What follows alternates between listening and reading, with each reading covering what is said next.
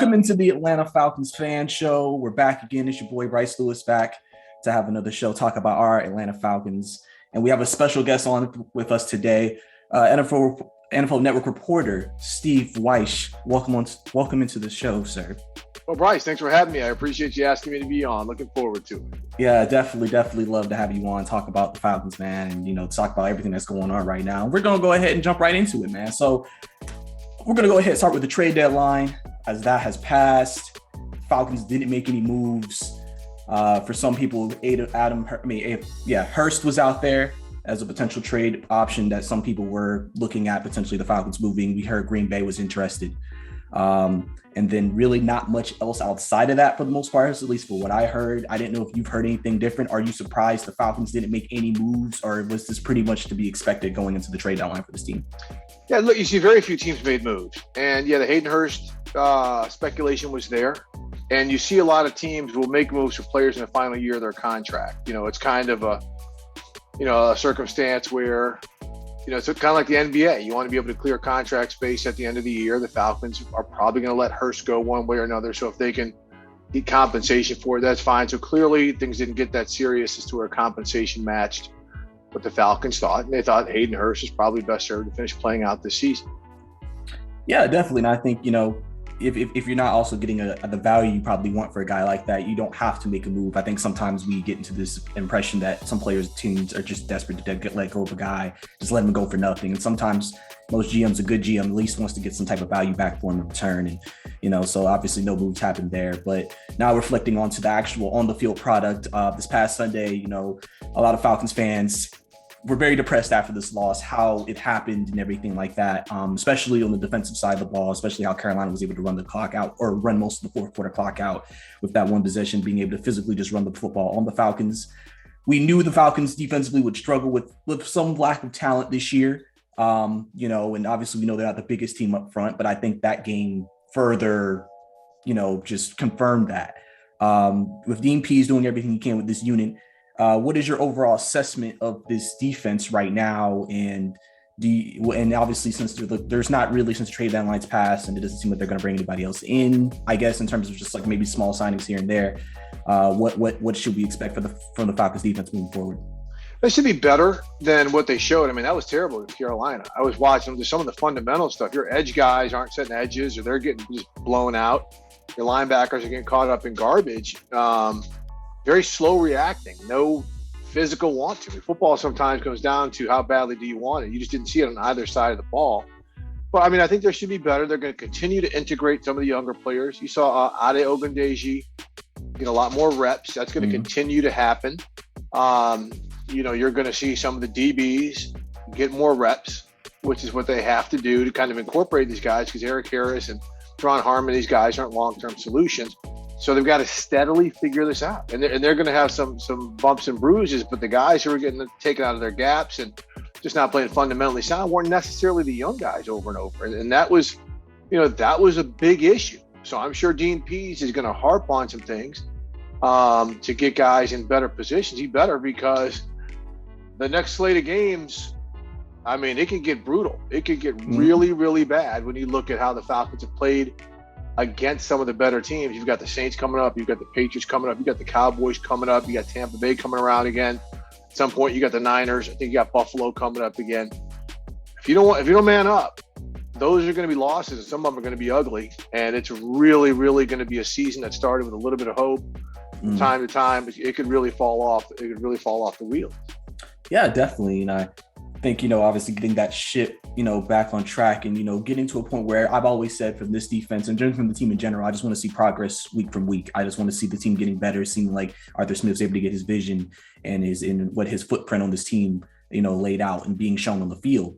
And so then we switch to the offensive side of the ball. I think one of the things that really was disappointing as well from that game was the offense, only scoring 13 points, especially after scoring, pretty much 25 plus the last couple of games. And, obviously we know the Falcons have to be able to score points, because, the assumption the defense will let up some points from here in every other game. So, obviously, with the Saints coming up, they just came off a great defensive game against Tom Brady and the Buccaneers. How do you view that matchup coming up with the Falcons offense versus the Saints defense this Sunday?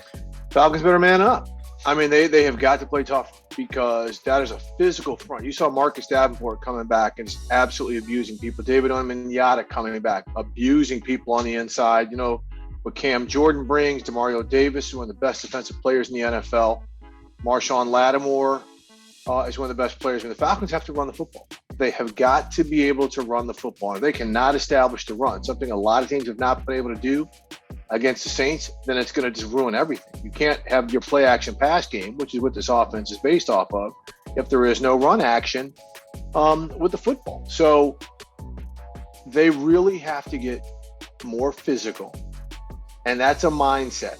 That's a mindset, right? So you've got to play more physically. Matt Ryan's got to be better. I mean, he had a couple picks. He did not look, his energy didn't look great against Carolina. This is a rivalry game, but this is a team now. If you look at the Saints, when their starting quarterback has gone out, they have rallied the past 3 years. I think they're 14-1 the past 3 years, something of that nature. Maybe run number might be a little high. It might be closer to 10 or 11-1. But they're starting to feel themselves. They're starting to get healthier. So this is one where they cannot, there's no margin for error right here. If they don't answer that performance, at least by being competitive, again, with the schedule coming up, it could get very, very rough for them. Yeah, and obviously, like you said, the energy wasn't there. I think that also was something I heard a lot of when I saw fans talk about it. It's just the energy in the building on Sunday wasn't there. And I think, reflecting on the field, reflecting in the fan base, that's not something you really want to see, if you're a Falcons fan. And so I want you to give me your assessment so far also of Arthur Smith so far this season. There's been some games where people feel like he's called some good games. There's been some games where people question some decisions he's made. I don't know what you've seen from Arthur Smith this year. Obviously, he's a first-year head coach. He's still learning. He's not going to get everything right, just about 6-7 games into the season. So what are you seeing from Arthur Smith, and what would you like to see moving forward? I think he's done a really good job. About the only fault I have is just the inability to find ways to get Kyle Pitts consistently open, but no receiver gets consistently open over 17 weeks. Well, now 18 weeks. It just doesn't happen. But, you put Stephon Gilmore on him. He's a corner. He's a great corner. Find some ways, do some rub routes, do some things where he can body him up, and Matt Ryan's got to get him the ball. But Pitts might not have been ready for some of the tricks that the vet had on him. But I think what Arthur Smith has done in terms of sticking to the process of developing some of the younger players, that's key. That's a hard thing to do once you get into the regular season. And we've seen the Ade Ogundejis and the Jalen Mayfields get steadily better, right? Some of these younger players get steadily better. That's a sign of a good coaching staff. I live in Los Angeles and with the Rams a lot, they develop players better than any team in the NFL.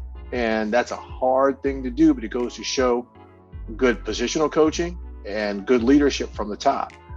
Play calling, there's probably some things he could do better, but I don't think he's done anything really egregious.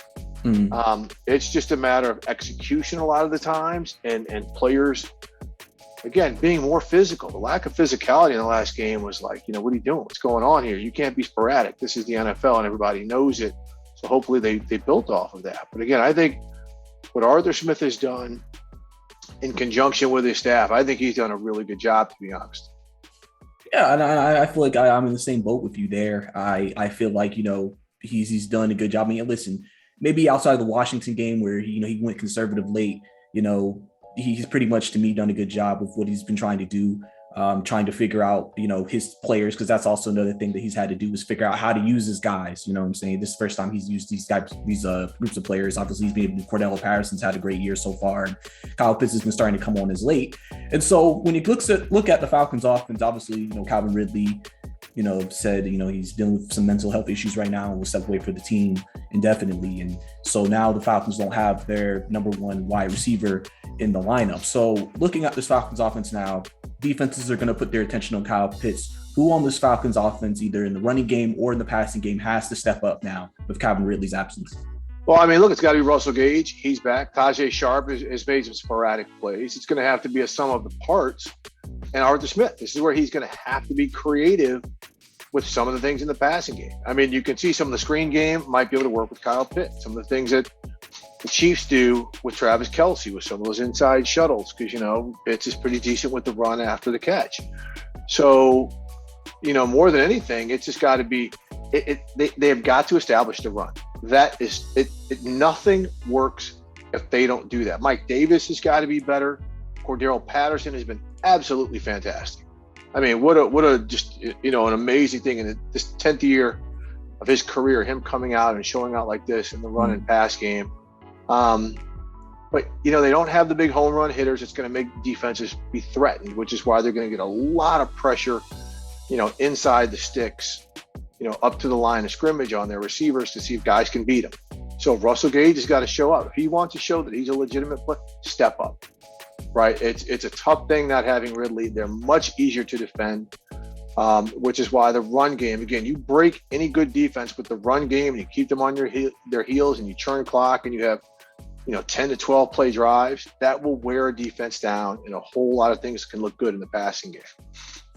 Yeah, definitely. I think, for me, with the team, obviously with Ridley, being out, I think unexpectedly Sunday, and them having to kind of change their game plan, Panthers were able to say, okay, Ridley's not in the game, we can focus on Pitts.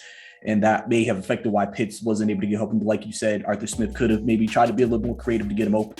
And I think, again, all these are just learning processes, things that, they're still trying to work out and hopefully get this offense in more consistent rhythm, because it seems like when the Falcons offense is in the rhythms when they execute the best. And then when they're not, there's some struggles there. But I'll also ask one last question before I let you go. So on the defensive side of the ball, can you talk about AJ Terrell and his improvement in year two? I think, we've seen all the stats about how he's literally nobody catches on him. He's low completion percentage, low yardage. Can you just talk about his growth from year one to year two? Like year one, Falcons fans weren't the happiest with the pick. He had some struggles at the beginning of his rookie year, progressed at the end of the first year, and now he's looking like a shutdown corner in his second year in the league. Yeah, he was actually pretty good as a rookie. I mean, a lot of the things where you saw him look like he got beat deep weren't necessarily his fault. Mm-hmm. But look, he's a big physical corner, and he plays like a big physical corner. A lot of big guys don't necessarily do that. They play more like, your standard DBs. Hey, I'm going to cover, I'm going to match up. But AJ Terrell likes to mix it up, coming off run blocks, busting through the screen blocks, and in coverage. I think it's unfortunate that he's playing on a team that just does not really get much national attention, because he is one of the better corners in the NFL. And I'm sure if you talk to the receivers who match up against him, they would say that. So look, he is a building block, right? You have certain players on that defense you're going to be able to build around, and there aren't many. Grady Jarrett's a building block, but how much more time does he have, right? 2, 3, 4 more years maybe. Foye Oluokun, he's going to be a free agent, but I mean, that'd be tough to see them let him go with some of the other pieces that they have, even though Michael Walker's an up-and-comer. I just think AJ Terrell is that dude. And if you've got a corner who you can draft, develop, and then eventually pay when it's time for your contract, that's how you see a lot of good teams do it. It's very, very hard to find a player like him. And when you're in a division where you've got the Buccaneers, and the Saints may not have Michael Thomas or the standout wide receiver, but they got dudes, right? They got guys who can make plays. And so to be able to have a guy like him is huge. They're just kind of scattershot with the rest of the secondary and just some of the consistent play that they get on the back end. Yeah, definitely. And, it's been, like I say, it's been a revelation for us to at least know, hey, like you said, a building block is there in the secondary. You got a guy. I've always said the Falcons kind of have 3 building blocks. Like you said, Grady, Dion, and the linebackers, and then AJ in the secondary. It's just now developing that talent around them to have a more successful defense in the future. But I want to say, Steve, appreciate you coming on to the show. Loved having you on talking Falcons. You can catch Steve Wyche on the NFL Network. Also, don't forget Thursday Night Football, Colts and Jets, where you can also watch it on Fox, NFL Network, and Amazon Prime Video. Thanks, Steve, for coming on. Appreciate you, Bryce. Thanks so much for having me. No problem. To host a fan show or appear as a fan on a fan show, create a profile in Fan Media Network. Then look for the news page in our website and fan show resources page. Help yourself. We give show hosts a show graphic and team colors, a simple short show format, tips on pre- and post-production, ideas to get fans and guests on your show, Apple News distribution, and show sponsorship sales and services to help featured show hosts earn money. Show hosts use our iPhone app to publish their shows,